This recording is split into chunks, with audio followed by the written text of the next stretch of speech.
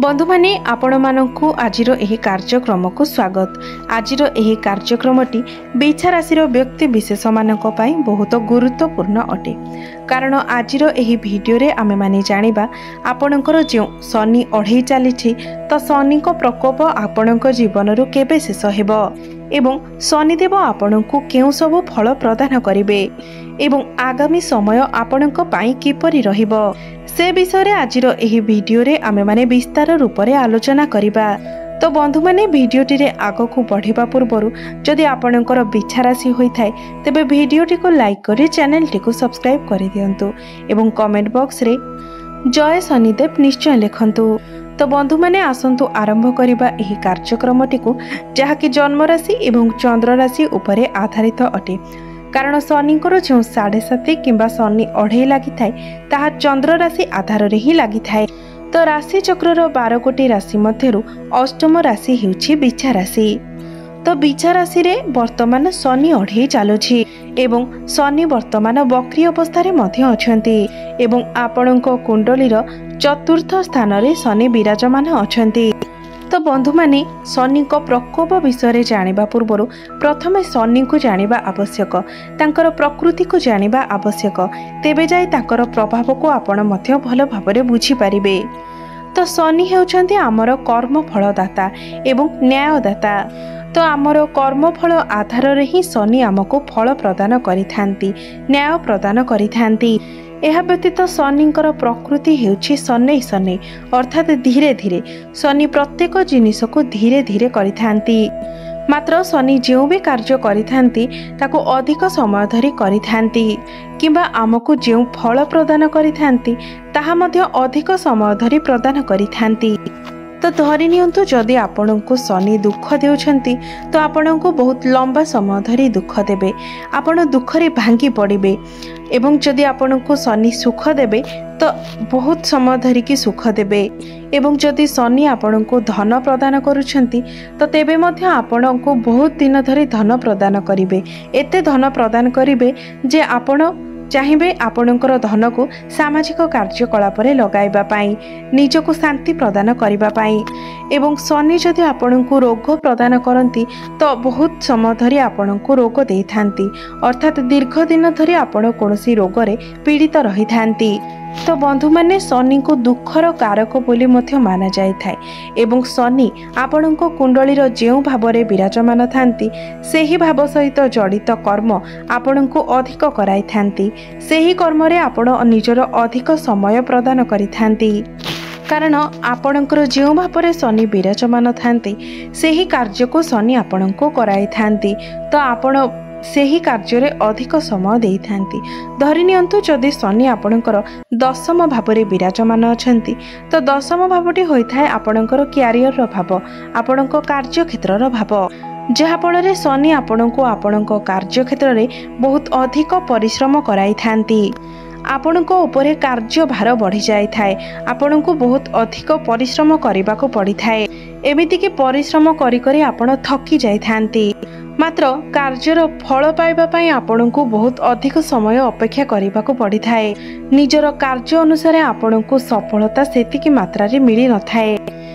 धरि नियंतु शनि आपणकर सप्तम भावरे अछंती तो सप्तम भावटी होई थाए आपणकर वैवाहिक जीवनर भाव, आपणक जीवन साथीर भाव। तो आपण जदि विवाह करि नथांती तेबे आपणकर विवाह रे अनेक विलंब देखा देई थाए। एपरि कि 35, 36 किंबा 40 वर्ष रे मध्य आपणकर विवाह होई थाए। किंबा जदि आपणकर विवाह होई जाय थाए तो आपणकर वैवाहिक जीवन रे अनेक समस्या सृष्टि होई थाए।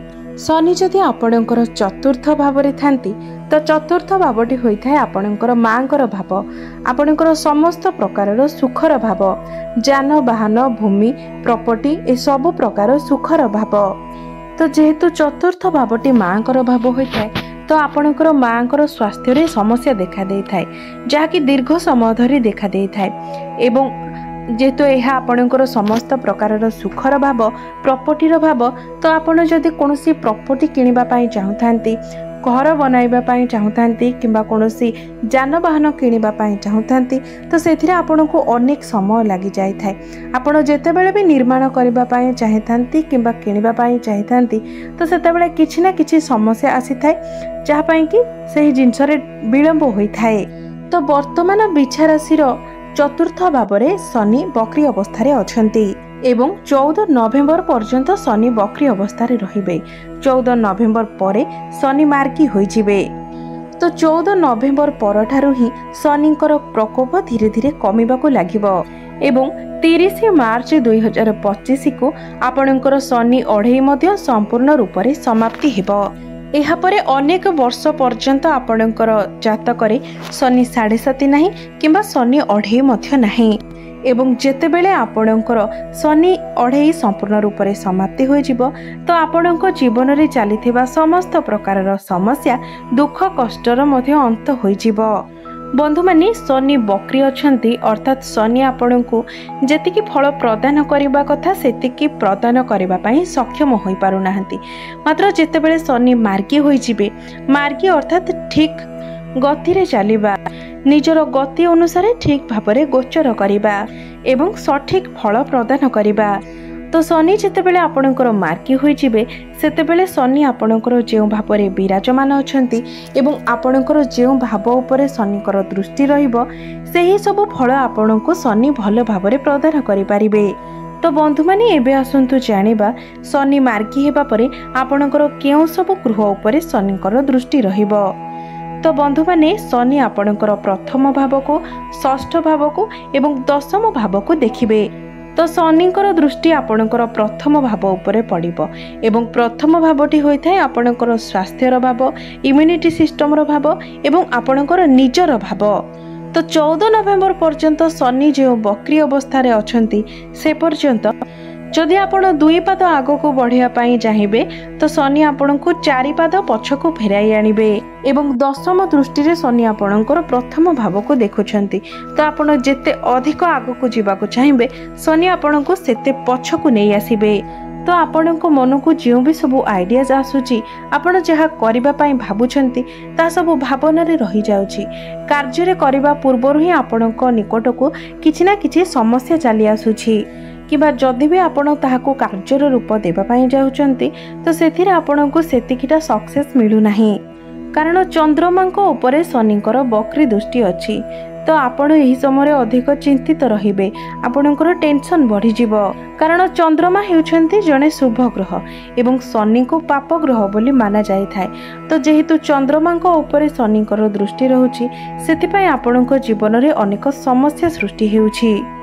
चंद्रमा हेउछंती आम मनर कारक ग्रह एवं जेतेबेले चंद्रमा को ऊपर गोटे पाप ग्रहर दृष्टि रहुछि तो यही समय आपणकर मानसिक चिंता बढ़िबो एवं आपणक मन को अनेक प्रकार नकारात्मक चिंताधारा दुश्चिंता मध्य आसीबो। आपण भयभीत रहिबे एवं आपणकर माइंड सबले डाइवर्ट मध्य रहिबो। मात्र 14 नवेम्बर को शनि जेतेबेले मार्गी होई जिवे सेतेबेले एही सब जिनिस रे धीरे धीरे सुधार आसीबाको लागिबो अर्थात संपूर्ण रूप रे तो नुहे टिके टिके आपण चिंतारू मुक्ति पाइबाको लागिबे।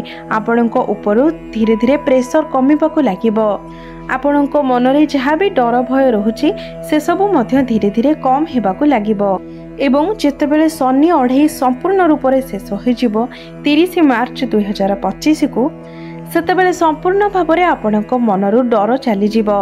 आपण जो दुश्चिंता मध्य रहुतिले से सब चिंता मध्य दूर हो जिवो। आपणको मन को आ कोनोसी प्रकार नकारात्मक चिंताधारा आसीबो नाही कारण चंद्रमा को ऊपर शनिकर दृष्टि हटि जिवो एवं तापरे आपणकर मन उपरे आपणकर कंट्रोल मध्य रहिबो एवं सेतेबेले आपण जहाँ भी किछि भाबिबे ताहाको आपण कार्यर रूप दे पारिबे एवं सेथिरे आपण सक्सेस मध्य हेबे। तो एबे आसंतु जानिबा शनि मार्गी हेबा परे तांकर दृष्टि आपणकर अन्य केउ सब भाव उपरे रहुछि। तो मार्गी हेला परे शनिकर दृष्टि आपणकर षष्ठ भाव उपरे रहुछि एवं षष्ठ भावटी होइथाय आपणकर रोग ऋण एवं शत्रुर भाव। तो आपण जदि काहाकू किछि टंका देइथिले ऋण आकार रे एवं सेही टंका आपण फेरस्त पाई पारु नथिले तो शनि 7.5 समाप्ति हेबा परे आपण सही टंका को पाई परिबे। आपणकर जो चांसेस भी नथिला टंका मिलिबार आपणको सही टंका मिली जिवो। एवं आपणकर जदि कोर्ट कचेरी मामला लागिथिला सेथिरे आपण बहुत हैरान होथिले, आपणको बारंबार कोर्ट को धाइबा को पडुथिला, तो सेथिरे मध्ये आपणको सुफल मिलिबो, अर्थात न्याय आपणको सपक्षरे जीवो। तो बंधु माने एही शनि अढ़े भितरे आपण माने लक्ष्य करिथिबे जे आपणको जीवन को अनेक किछि समस्या आसी आपण बहुत किछि समस्या दे गति करिसेंती, आपणको मन को विभिन्न प्रकार दुश्चिंता मध्ये आसी। तो आपणको सह सब घटिछि कि नाही आपण कमेंट बॉक्स रे निश्चय जणाइबे। तो बंधु माने सबुठार गुरुत्वपूर्ण कथा हेउछि आम निजर जन्म कुंडली। जदि आमर जन्म कुंडली रे शनि उच्च स्थिति रे थांती, भल स्थिति रे थांती, तो शनि दशा मध्य रे भी आमको किछि शुभ फल मिलि थाए। मात्र जदि आमर निजर जन्म कुंडली रे शनि नीच स्थिति रे थांती, शत्रु गृह रे थांती किंबा खराब स्थिति रे दुर्बल अवस्था रे थांती, तो शनि 7.5 किंबा शनि 2.5 चलीथिबा भितरे आमको बहुत किछि समस्यार सामना करने को पड़ी थाए।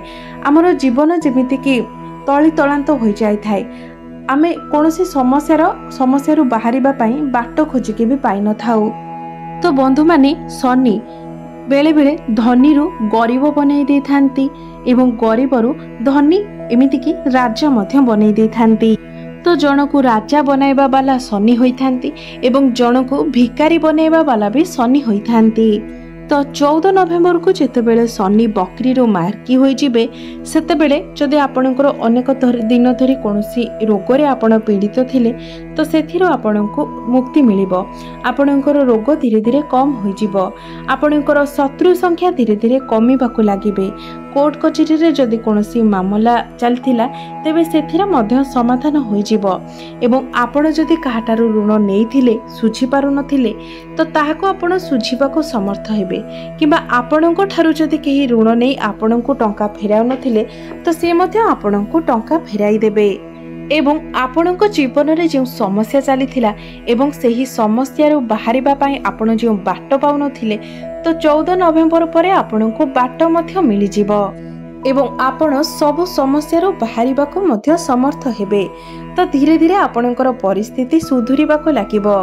तो बंधु माने शनि जेतेबेले मार्गी होई जिबे तांकर दृष्टि आपणकर दशम भाव उपरे मध्य रहिबो एवं दशम भावटी होइथाय आपणकर क्यारियर रो भाव, कार्य क्षेत्र रो भाव। तो कर्म क्षेत्र रे आपणकर जहाँ भी किछि समस्या थिला, जहाँ भी किछि कन्फ्यूजन थिला, आपण कोन करे सेतिरे सक्सेस हेबे ताहा जानि पारु नथिले, तो शनि ए सब भितरु आपणको बाहर करिवे। तो बंधु माने शनि जेतेबेले मार्गी होई जिबे एवं शनि आपणकर कुंडली रे उच्च स्थिति रे थिबे तो शनि आपणको समस्त समस्या रो बाहर करि आनिबे, आपणकर दुख धीरे धीरे समाप्त होई होई आसीबो एवं शनि जेतेबेले शनिकर 7.5 संपूर्ण रूप रे शेष होई जिवो सेतेबेले सब समस्या रो आपण संपूर्ण रूप रे बाहरी आसीबे एवं जीवन रे जहाँ भी किछि समस्या चलीथिला ताहार अंत हेबो। एवं जो मानक निकट में कौनसी चाकरी नथिला तो सेमानंकु मध्य चाकरी मिलबार बहुत संभावना रहुछि। तो नवेम्बर 14 पर आपणको पई भल समय आसीजिवो, आपणको चाकरी मिलिबो, आपणकर चाकरी क्षेत्र रे प्रमोशन मध्य हेबो एवं आपणकर इनकम रे मध्य ग्रोथ आसीबो एवं जदि आपण ट्रांसफर चाहतांती तो आपणकर ट्रांसफर मध्य होई जिवो। तो बंधु माने चाकरी पाई आपण निज तरफरु जहाँ चेष्टा करबा कथा करंतु, कारण बिना चेष्टा रे तो कोनोसी कार्य होई न थाए। तो आपण निज तरफरु चेष्टा करंतु, देखिबे निश्चित रूप से आपनको चाकरी मिल जिवो एवं आपण सब बेले पॉजिटिव रहिबा पाई चेष्टा करंतु, कारण आपण जेपरि भाबी थांते आपणकर चतुर्पार्श्व मध्य सेही बोली होई जाय थाए एवं आपणको मध्य सेही बोली फल मिली थाए। तो आपण सब बेले पॉजिटिव रहंतु, आपण जदि पॉजिटिव रहिबे तो आपणको निश्चित पॉजिटिव फल ही मिलिबो। तेबे बंधु माने आसंतु जानि नेबा किछि प्रतिकार विषय जो प्रतिकार गुड़िक करबा द्वारा आपणकर जो सब समस्या आसुची से सब समस्या गुड़िक जेमिति दूर होई पारिबो। तो बंधु माने सेति पय आपण प्रत्येक दिन जेहेतु आपणकर शनि 2.5 चलची सेति पय आपण प्रत्येक दिन शनिकर बीज मंत्रर जप करंतु। ओम प्रांग प्रिंग प्रोंग सह शनिश्चराय नमः। यही मंत्र को आपण प्रत्येक दिन 108 थर जप करंतु। यह व्यतीत आपण चंद्रमांकर बीज मंत्र मध्य निश्चित रूप से जप करंतु, कारण जेहेतु चंद्रमांक उपरे शनिंकर दृष्टि रहुछि, तो सेथिपाई आपण प्रत्येक दिन संध्या समय चंद्रमांकर बीज मंत्र ओम श्रांग श्रींग श्रोंग सह चंद्रमस्य नमः यही मंत्र को आपण प्रत्येक दिन 108 थर जप करंतु। यह व्यतीत आपण प्रत्येक दिन हनुमान चालीसार पाठ करने सहित उदित सूर्य को तंबा पात्र रे जलार्घ्य मध्य अर्पण करंतु। आपणकर समस्त अशुभत्व नष्ट होई आपणको शुभत्व प्राप्ति हेबो, आपणकर भाग्य रे उन्नति आसीबो। तो बंधु माने आपणकर जीवन मंगलमय हेउ, यह ही ईश्वरक निकट रे मोर प्रार्थना। धन्यवाद।